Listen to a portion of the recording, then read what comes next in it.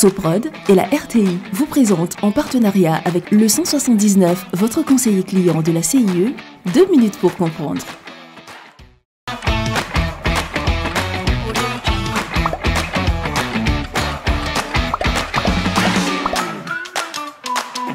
Bonjour, bienvenue dans 2 minutes pour comprendre, votre capsule quotidienne qui vous aide à comprendre comment fonctionne le monde qui nous entoure.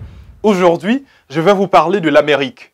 L'Amérique est, vous le savez, un continent. Il est lui-même divisé en 2 sous-continents, l'Amérique du Sud et l'Amérique du Nord. L'Amérique est bordée à l'est par l'océan Atlantique, à l'ouest par l'océan Pacifique et au sud par l'océan Austral. Avec une superficie de plus de 42 millions de kilomètres carrés, c'est le 2e continent le plus grand de la planète. Et l'Amérique concentre environ 13,3% de la population mondiale, avec plus d'1 milliard de personnes. Elle compte aujourd'hui 35 pays.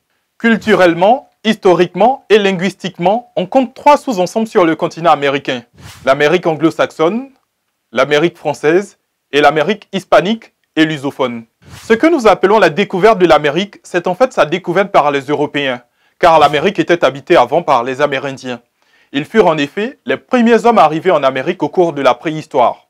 La première personne européenne à avoir découvert les Amériques est l'Islandais Erik le Rouge, le père de Leif Erikson, qui lui est le premier Européen à avoir habité en Amérique.